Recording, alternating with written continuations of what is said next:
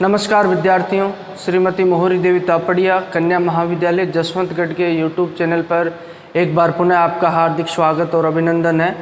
मैं प्रवक्ता चंद्र प्रकाश गुर्जर। आज की क्लास हमारी बीए द्वितीय वर्ष के छात्रों हेतु इतिहास विषय की होगी। इतिहास विषय के दौरान अगर बात की जाए तो निरंतर राजस्थान का इतिहास पढ़ रहे हैं। राजस्थान के इतिहास के तहत जो राजपूतों की जीवन पद्धति और आदर्श के बारे में पढ़े, राजपूतों की जीवन पद्धति के बारे में पढ़े। जीवन पद्धति के तहत हमने देखा किसी भी समाज की जीवन पद्धति को जानने के लिए हमें ज़रूरी है उनके रीति रिवाज और परंपराओं को जानने के, और उन्हीं क्रम में जो रीति रिवाजों का भाग रहते त्यौहार, उन त्योहारों को मनाने की जो उनकी परंपरा है उसके बारे में हमने जिक्र किया, जिसके तहत राजपूत शासकों के द्वारा मनाए जाने वाले त्योहारों का हमने जिक्र किया। चाहे गणगौर का त्यौहार हो, रामनवमी का त्यौहार हो, गणेश चतुर्थी का त्यौहार हो, मकर संक्रांति का त्यौहार हो, होली का त्यौहार हो या दीपावली का त्यौहार हो या और भी अन्य जो त्यौहार हो, किस तरीके से उनके द्वारा जो उनको मनाने का तौर तरीका रहा है। अब उसी क्रम में आज हम रीति रिवाजों की बात करेंगे, तो विशेष अवसर पर उनके द्वारा किस तरीके के रीति रिवाजों का निर्वहन किया जाता था, आज उसी के बारे में हम चर्चा करेंगे। तो उनके रीति रिवाज और परंपराओं की बात करेंगे तो विशेष अवसरों पर जैसे कि पुत्र का जब जन्म होता, पुत्र जन्म संबंधी जो रीति रिवाजों की आज हम बात करेंगे कि राजपूत काल में जो राजपूत शासकों के समय में अगर बात की जाए पुत्र जन्म जब होता था तो उससे संबंधित किस तरह के रीति रिवाज और परंपराओं का निर्वहन उनके द्वारा किया जाता। एक तो बात की जाए तो जब राजतंत्रात्मक व्यवस्था हमें उस समय देखने को मिलती है, तो उस समय राजपूत शासकों के समय की बात की जाए तो पुत्र जन्म का काफ़ी महत्व हमें देखने को मिलता है। बजाय पुत्री के जन्म कई जगह हमें देखने को मिलते हैं, पुत्री जन्म की बजाय पुत्र जन्म को श्रेष्ठ माना जाता है। आजकल ऐसी व्यवस्था हमें देखने को नहीं मिलती है, क्योंकि ज़्यादातर समाज में हमें देखने को मिलता है कि पुत्र और पुत्री के जन्म में किसी तरह का फ़र्क नहीं माना जाता। उस समय की अगर बात की जाए तो उस समय जो पुत्र जन्म को ज़्यादा महत्व दिया जाता था। एक तो उनका मानना था, राजतंत्रात्मक व्यवस्था में तुम देखोगे इसका महत्व ऐसा ही बढ़ता था कि जो उत्तराधिकार की समस्या है वो समाप्त हो जाती है पुत्र का जन्म होने के पश्चात, क्योंकि किसी राजा का उत्तराधिकारी कौन होगा, उसका पुत्र ही होगा। उसका जो ज्येष्ठ पुत्र होगा, ज्येष्ठ यानी सबसे बड़ा पुत्र होता था, वह राजा का उत्तराधिकारी होता है, यानी कि सिंहासन का हकदार होता है। और पुत्र जन्म को हमेशा से बात की जाए तो हर्ष का विषय माना गया है, हर्षप्रद माना गया है, खुशी हर्षोल्लास जो इसे आनंदप्रद माना गया पुत्र जन्म को। भारतीय समाज की व्यवस्था तुम देखोगे आज भी कई जगह इसका असर हमें देखने को मिलता है, क्योंकि पितृसत्तात्मक जो सामाजिक व्यवस्था हमें भारत की देखने को मिलती है जिसमें पुरुष प्रधान समाज का महत्व हमें देखने को मिलता है, तो उसी से जो हमें जो पुत्र जन्म के अवसर पर विशेषतः तुम देखोगे इसको काफ़ी महत्वपूर्ण माना जाता है। अब बात करते हैं अपन जो राजतंत्रात्मक व्यवस्था, राजतंत्रात्मक यानी जो राजपूतकालीन शासक थे उनके जो पुत्र पैदा होता था उस समय कौन कौन से रीति रिवाज जो मनाए जाते थे, पुत्र जन्म के पश्चात कौन कौन से जो महत्वपूर्ण जो परंपराओं का निर्वहन उनके द्वारा किया जाता था, किस तरीके से पुत्र जन्म के जो पुत्र जन्म के जो इस अवसर को कैसे मनाया जाता था। अगर बात की जाए पुत्र जन्म का उत्सव किस तरीके से मनाया जाता था, तो पहले तो बात की जाए पुत्र जन्म की सूचना देने वाले को खूब सारी बधाई और उपहार भेंट दिए जाते थे। ठीक है, अगर बात की जाए पुत्र जन्म की बधाई देने वाली जो दाई होती, दाई यानी जो महिला जो प्रसव करवाती है, किसी महिला का प्रसव करवाती है और सबसे पहले जो सूचना देती है कि अमुक महिला के पुत्र पैदा हुआ या पुत्री पैदा हुआ। तो ऐसी जैसे राज परिवारों में बात की जाए तो राजतंत्रात्मक व्यवस्था राजपूत शासकों के द्वारा जो दाई होती थी प्रसव करवाने वाली महिला, उसको खूब सारा इनाम उपहार और बधाई दी जाती थी। बधाई के स्वरूप जो मोहरें, सोने की मोहरें होती थी वो उसे बधाई में दी जाती। और राजा को जो बात की जाए, शासकों को सबसे पहले पुत्र जन्म की जो सूचना देने वाले व्यक्ति को भी उनके द्वारा खूब सारा इनाम दिया। अपने गले से देखोगे तुम हार निकाल कर उनको भेंट कर दिया जाता था। तो इस तरीके से जो पुत्र जन्म की सूचना और पुत्र जन्म जो करवाने वाली दाई होती उनको विशेषतः कई जो बधाई के स्वरूप कई उपहार व भेंट प्रदान किए जाते थे। पुत्र जन्म की बात की जाए तो वही 16 संस्कारों का निर्वहन भी उनके द्वारा किया जाता है। 16 संस्कारों की अगर बात की जाए तो 16 संस्कार आपको मैंने विस्तृत रूप से पढ़ा रखे हैं जो फर्स्ट ईयर के तहत अगर बात की जाए, जिसमें गर्भाधान से लेकर जो अंत्येष्टि तक जो 16 संस्कार होते हैं, जिसमें गर्भाधान, पुंसवन और सीमांतोन्नयन, ये 3 संस्कार तो पहले हो जाते। जन्म से पूर्व ही, बच्चे के जन्म से पूर्व इन तीनों संस्कारों को पूर्ण कर दिया। उसके अलावा गर्भ, पुष्ट, सीमा, जात, नाम, जात यानी जातकर्म, नामकरण और निष्क्रमण जो घर से पहली बार निकाला जाता है, अन्नाप्रशान जो पहली बार बच्चे को अनाज खिलाया जाता है, गर्भ, पुष्ट, सीमा, जात, नाम, अन्न, चूड़ाक्रम जो जड़ूला होता है उतारा जाता है बच्चे का, उस संस्कार का भी निर्वहन करवाया जाता।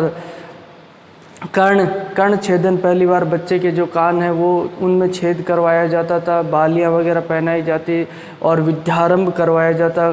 और केशांत जो पहली बार बालक के बाल काटे जाते थे, कि पहली बार दाढ़ी मूंछ बनाता, केशांत केश समावर्तन संस्कार है। उसके अलावा जो बात की जाए विवाह, अंत्येष्टि, इस तरीके से ये 16 संस्कारों का निर्वहन भी हमें जो यहाँ देखने को राजपूत समाज में देखने को मिलता है, राजपूतकालीन जो व्यवस्था के तहत हमें देखने को मिलता है। इन 16 संस्कार जिसमें 3 संस्कार है, जो गर्भाधान, पुंसवन और सीमांतोन्नयन, वह जो जन्म से पूर्व ही बालक के पूर्ण कर दिए जाते थे। ठीक है।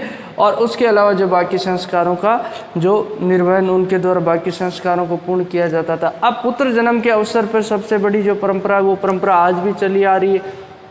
जो कांसी का थाल होता था, कांसी का क्या होता था, थाल होता था। कई तत्कालीन इतिहासकारों, कवि जो साहित्यकारों के जो उन साहित्य में हमें उल्लेख देखने को मिलता है कि राजा महाराजाओं के जब भी पुत्र पैदा होता था, आज भी तुम देखो कि हमारे समाज का एक हिस्सा है, पुत्र जन्म के अवसर पे जो थाल बजाया जाता है, थाली बजाई जाती है। आजकल तो समाज में ऐसे उदाहरण भी सामने आने लगे कि पुत्र जन्म की बजाय पुत्री के जन्म पे भी जो क्या बजाई जाती है, ये कांसी का थाल बजाया जाता है। इससे समाज में उदाहरण पेश किया जाता है कि लड़की और लड़के में किसी तरह का हमें फ़र्क नहीं करना चाहिए, क्योंकि दोनों ही बराबर होते हैं, दोनों ही समाज का हिस्सा होते हैं और दोनों ही परिवार का भाग होते हैं। तो इस तरीके से समाज में ऐसे अच्छे उदाहरण भी पेश किए जाते हैं। और आजकल तो इतना बड़ा कोई महत्व रह नहीं गया पुत्र जन्म का। ठीक है, पुत्री के जन्म की बजाय दोनों को ही समान माना जाता है। लेकिन उस समय की अगर बात की जाए तो उस समय जो पुत्र जन्म को ज़्यादा महत्व दिया जाता था, ज़्यादा तवज्जो दी जाती थी। तो थाली बजाने की परंपरा हम देखते हैं, घरों में भी तुम देखते हो साधारणतः जब बच्चे का जन्म होता है तो बड़ी बुजुर्ग महिलाओं के द्वारा, परिवार की सभी महिलाओं के द्वारा जो छत पे चढ़ के क्या बजाई जाती, थाली बजाई जाती है। तो पूरे गांव में वो थाली सुनाई देती है और जिससे पता चल जाता है कि अमुक व्यक्ति के घर पे जो पुत्र का जन्म हुआ है, ये परंपरा। और उसके अलावा उस दिन खूब सारी बधाइयाँ बांटी जाती थी। राज परिवार की बात की जाए, राजपूत शासकों की, अगर राजा महाराजाओं की बात की जाए तो उनके राज परिवार के जो जोशी होते थे, पुरोहित होते थे, वेद होते थे, और उसके अलावा जो बाजेदार है, कलावंत जो कलाकार वगैरह रहते, गुणीजन जो विद्वान लोग होते, उनको नेक व पुरस्कार किसके द्वारा दिए जाते थे, राजा के द्वारा दिए जाते थे। राजा महाराजाओं के द्वारा दाई को भी जो बधाई स्वरूप खूब सारी मोहरें भेंट कर दी जाती थी और पुत्र जन्म की सूचना देने वाले व्यक्ति को भी खूब सारा इनाम और बधाइयाँ दी जाती है। आज भी तुम देखोगे समाज का यही समाज में यही परंपरा हमें देखने को मिलती है। पुत्र जन्म के अवसर पर जो खूब सारी बधाइयाँ बांटी जाती। लेकिन आजकल समाज में ये सुधार हो गया, पुत्र और पुत्री के जन्म में ज़्यादा फर्क नहीं माना जाता। धीरे धीरे मैं उम्मीद करता हूँ कि और भी हमारा समाज बेहतर हो जाएगा। जो चारण भाट होते थे, राज दरबार में रहने वाले कवि वगैरह होते थे, चारण होते थे, जो राज दरबार में जो कविताएं लिखते थे, उन चारणों को भी खूब सारा इनाम दिया जाता था। जब राजा महाराजा के वहाँ पुत्र होता था, उसी दौरान उनके द्वारा चारणों को बधाई स्वरूप अगर बात करो तो घोड़े दिए जाते थे, हाथी दिए जाते थे। कभी कभार तो ऐसे उदाहरण मिलते हैं कि गांव के गांव चारणों को दे दिए जाते थे। ठीक है। अब पुत्र जन्म के छठे दिन की परंपरा की बात की जाए तो राजपूत काल के दौरान राजपूत शासक को छठी जगाने का प्रोग्राम किया जाता था। इस दिन जो परिवार की उनकी जो महिलाएं होती थी, उनके द्वारा रात्रिकालीन जो लोकगीत गाकर रात्रि जागरण, जिसे हम राति जोगा कहते हैं, राति जोगा उनके द्वारा दिया जाता था। षष्ठी देवी की पूजा अर्चना उनके द्वारा की जाती थी। ये परंपरा भी हमें देखने को मिलती है। ठीक है, लोकगीत गाते हुए जो परिवार की महिलाओं के द्वारा जो रात्रि जागरण दिया जाता था। उसके अलावा दशोटन की परंपरा हमें दशोटन तुम आज भी देखते हो। पुत्र जन्म के पश्चात जो उत्सव मनाया जाता है, जिसके तहत अपने स्वजनों को, अपने परिवारजनों को और अपने प्रेमियों, भाई बंधुओं को जो क्या किया जाता है, उनके द्वारा जो पिता के द्वारा जो भोज दिया जाता है, खाने का प्रोग्राम रखा जाता है। और जो अन्य अपने सगे संबंधियों की बात की जाए तो उनको भी जो इनके द्वारा वस्त्र आभूषण क्या भेंट और बधाइयाँ दी जाती है। दशोटन जो जन्म के 10वें दिन पे किया जाता है, ठीक है। और उसी दिन 10वें दिन ज्योतिष के द्वारा जो नामकरण भी किया जाता था बालक का नक्षत्रानुसार। हम देखते हैं ना, नामकरण संस्कार होता है कि भाई अमुक अक्षर पे बालक का नाम रखा गया है। ये परंपरा हमें उस समय भी देखने को मिलती। राजा महाराजाओं के द्वारा नक्षत्रानुसार जो क्या किया जाता था, जो नाम रखा जाता था ज्योतिष के द्वारा, और उसी के अनुरूप कई जगह तो ऐसे उदाहरण दिए जाते हैं जो नक्षत्र जो सही नक्षत्र में पैदा नहीं होते थे उन बालकों को नदी तक में बहा दिया जाता था। ऐसे भी कई जगह हमें उदाहरण देखने को मिलते हैं। और उसके अलावा जो पुत्र जन्म के पश्चात उस पुत्र का लालन पालन करने के लिए और उसका ध्यान रखने के लिए जो एक महिला को नियुक्त किया जाता था, जिसे क्या कहा जाता था, धाई कहा जाता था।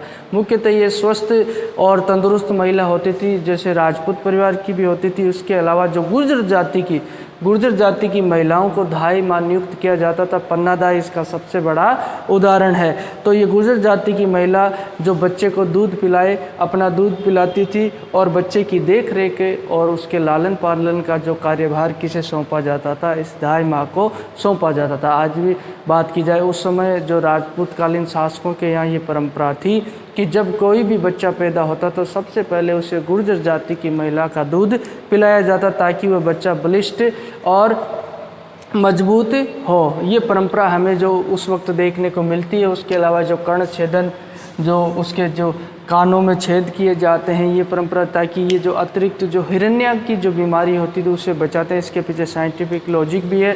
मैंने ये जो बड़े ही विस्तृत रूप से आपको पढ़ाए हैं संस्कार, 16 संस्कार बात की जाए तो, ठीक है।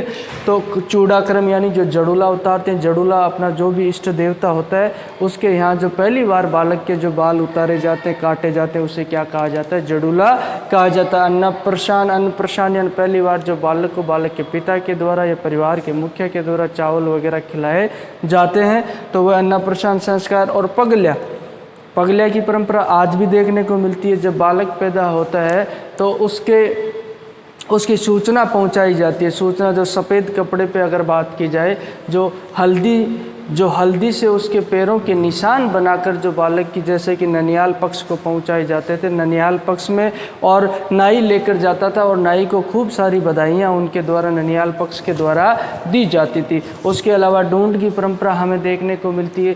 जो पहली बार बालक के जन्म के पश्चात जो होली का अवसर आता, होली का त्यौहार आता था, उस त्यौहार पर जो बालक की बुआ होती थी उसके द्वारा ढूंढ लाई जाती थी और बालक के लिए जो नए कपड़े और कुछ आभूषण वगैरह लेकर कौन आती थी, बुआ आती थी। और ये ढूंढ की परंपरा भी हमें देखने को मिलती है। तो इस तरीके से राजपूत कालीन जो समय में अगर बात की जाए तो हमें जो पुत्र जन्म से संबंधित रीति रिवाज और परंपराएं देखने को मिलते हैं।